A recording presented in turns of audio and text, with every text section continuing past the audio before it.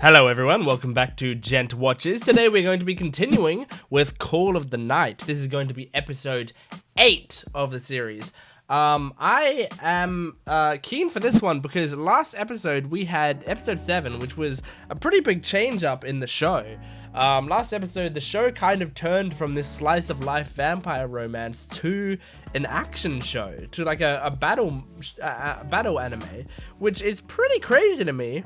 I knew that there was going to be some form of action in the show. I had heard that before. I kind of wish I hadn't, but people were saying like, oh, don't worry, there's action coming and stuff. But I knew that there was, you know, action on its way. But yeah, it was like a crazy tone shift. And basically, we met with a bunch of other vampires, and the other vampires were like, hey, you're going to have to turn into a vampire, so which one of us do you want, or we're going to have to kill you? And he's like, no, I want to be with Nazuna, we've got a plan. And then the big thing was at the end, he said, I don't care how many years it takes. And then everyone went, huh? And so it implies there's some sort of time limit, but that's where the episode ended. So I guess we're hopefully going to get the answer to that now, where Nazuna will be like, hey, yeah, I forgot to tell you, blank. I don't know what blank is yet. I made some predictions at the end of the last video. You can go check those out if you want to know what my predictions were. But let's just get into this episode, please. Make sure to give the video some love if you can. Like it, comment down below, subscribe. Those things really help me out. And if you want to watch full-length reactions to this video or any of the other videos on my channel, or early access to certain videos, or even get exclusive content, then just go down to the description below, go to my Patreon account. I'm thinking about doing on my Patreon an exclusive thing where I like read some Hunter x Hunter. I've got this Hunter x Hunter manga, which is like where the anime left off, and it's where and I'm thinking I'm gonna read this and do a video on it, because I haven't read it yet. But yeah, anyway. Let's get into this episode of Call of the Night. Here we go. What? Okay, why? 1 year! Okay, alright. There's a time limit of 1 year.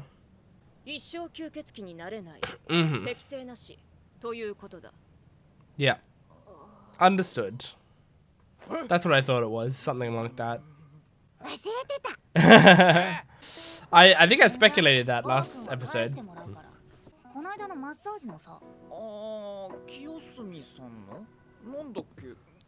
Oh, there we go. There's your kiss.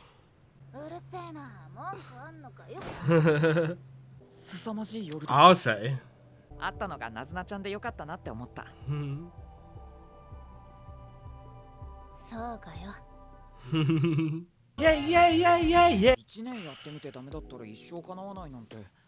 Yeah.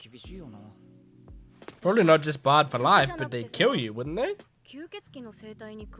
Yeah. Yeah. After the 1 year's up, you'll probably die.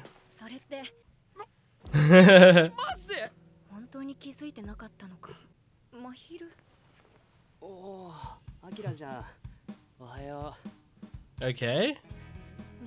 Mahiru? Uh-huh.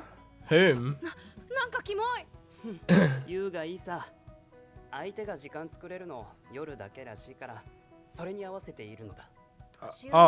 Are you in love with a vampire? Yeah, I was gonna say.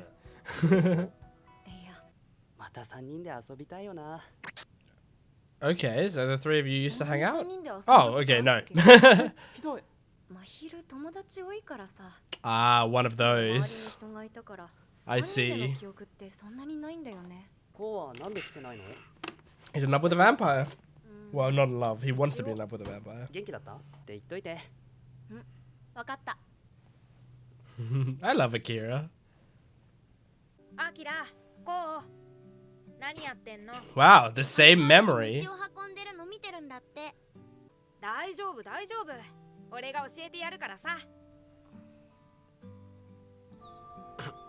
Did they come join? Oh, hello. You're not gonna murder me, are you? No, you're not allowed any. Aww. What? Okay. Oh my god, vampires are weird. Are all vampires weird? They already sleep together.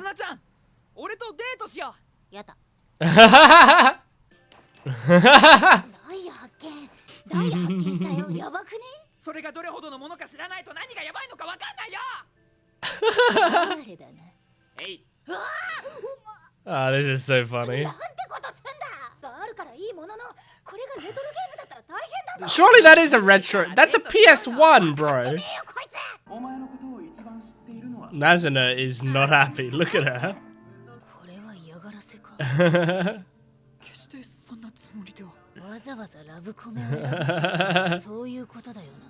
Yeah.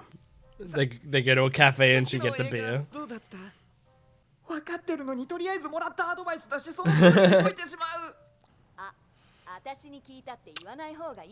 Surely you know Nazuna, girl. You know that she would hate this. She'd like the arcade. You're a gamer. You'd like the arcade. Aww. Do stuff you guys like together. Play some game. I mean, that's why the arcade I think would be good, because you're going out and you're also gaming. And you guys went out to like the night pool and stuff. Like, you've gone on dates. It's just when it's framed as a date, it doesn't sound as interesting to her. Aww.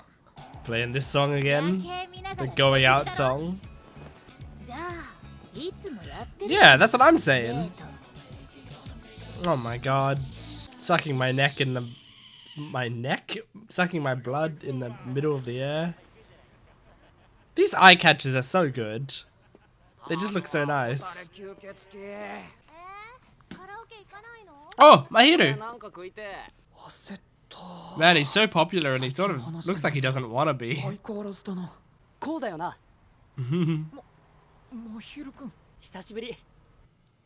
Aww. He seems cool.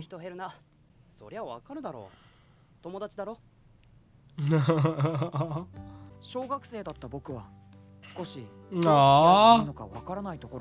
This is so cute.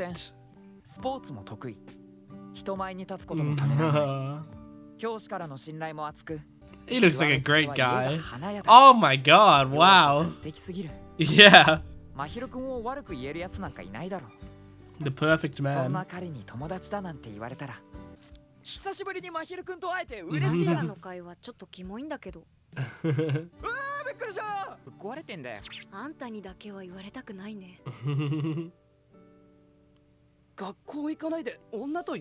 Oh, this is so cute. He's got a little friend group. Man, he seems so sweet. I love him. I love him. I love this guy. Oh my god.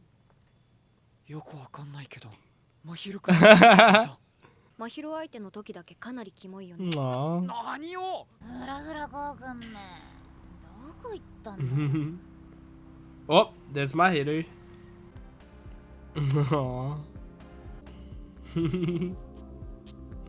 The hand holding. That's a good step to falling in love. Oh, that's cool. You can, like, they stand out on the backgrounds. That's kind of cool. Man, every time, like, when they're introducing new people, it's great. It's really good. I mean, the new vampires were cool, but they're all very weird. But the people that they've introduced, I really like. I like the different ways that they're approaching the ways that people feel about their lives, you know? Because with the vampires, they, like... The other vampires were definitely interesting characters, but I don't think they were as interesting because they all sort of fall under, like, they know their role in life is to make other vampires and, you know, all that sort of stuff. So, that wasn't quite as interesting as the humans, who all seem very lost. in one way or another, and I think it's very interesting the way they do it, because like obviously Ko feels very lost just in his everyday life, just he doesn't have the ambition or drive to do anything. And then you have Akira, who you know constantly wakes up early, and she's like having some troubles of her own. She's still feeling a bit empty and stuff. And then now we have and we also have the girl who had to go to work, the woman who was doing all of that work, and the work was draining her. And now we've got Mahiru, who is a very popular person, and constantly surrounded by people, and can kind of have any friend that he wants. And all his friends sort of want him to keep doing stuff. But I think he's got a very singular like a singular thing that makes him happy, and that's probably this girl, right? And I think it's possible that there's a part of him that feels guilty, that it's like this main thing that makes me happy. Like, I've got all this popularity and all these friends and stuff, but like all of it, you know, it might drain him, it might not make him happy, but the thing that makes him, he's got one thing that makes him happy. And I think at the end he was like, Ko, you inspire me a little, or you encouraged me a little, or whatever. And I think that's just like, he talked to Ko, and Ko was like, yeah, I'm not coming to school because I'm hanging out with this girl, and we go on walks and we play video games, and I'm having fun. And I think Mahiru might have seen that and gone, huh, it's that simple for him, you know?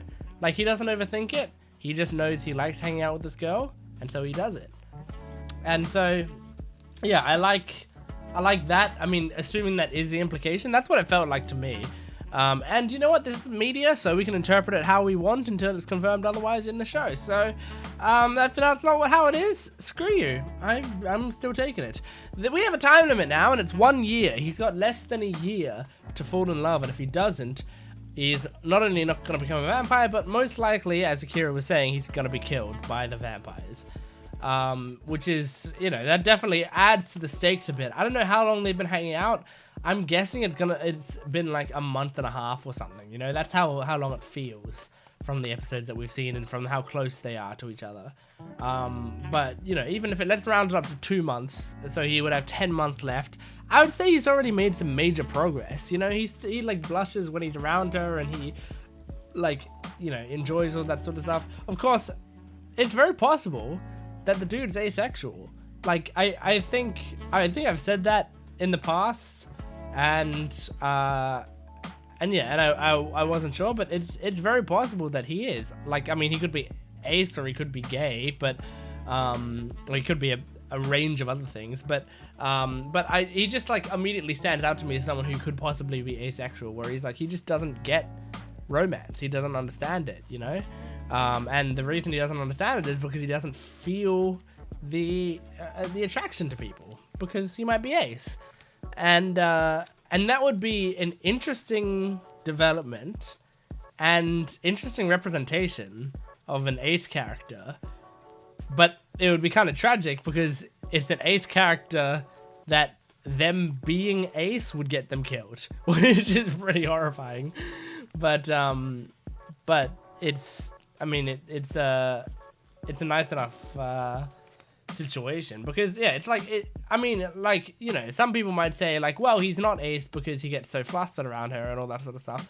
But I don't think that's I don't think that's something that is, you know, mutually exclusive. I don't think you're excluded from feeling that way if you're ace. I think I know one maybe two ace people. It's not something I generally ask people or anything, so I'm not sure exactly how many. But and so like I'm not great when it talks about representation of that, you know, like when I talk about representation, I generally try to think about people in real life that I know who share these experiences, right? And I have like people in my D&D group that are like non-binary. I've got like friends that are trans. I've got obviously like a lot of friends that are gay or bi. And so like I imagine the representation and how they would see it and the way that they see life and all that sort of stuff when I'm thinking of this stuff. I think ace is sort of an unrepresented or underrepresented area of of my friendship group. Not to say I don't know ace people, I think I do, but I haven't really talked to people about being ace, so I don't know the exact way that they feel about certain things, you know. So yeah, I'm just very curious. I bring it up in relation to him because his character traits do in some ways fit that ideology, or that fit being asexual is you know, not having that sort of romantic drive, and in some ways not understanding why, which if this is a show about discovering sexual identity hidden in a vampire romance show, that would be interesting as well. But who knows? Who knows what's going on? Point is, he's got 1 year before he dies, so he better fall in love with her. Anyway, I'm going to wrap up this episode of Call of the Night. This is episode 8. Thank you very much for watching. Please make sure to like, comment down below, and subscribe. And also go to my Patreon account. Full length and early access and exclusive videos all on there. You can go check it out. But thank you very much for watching, and I will see you next time. Goodbye.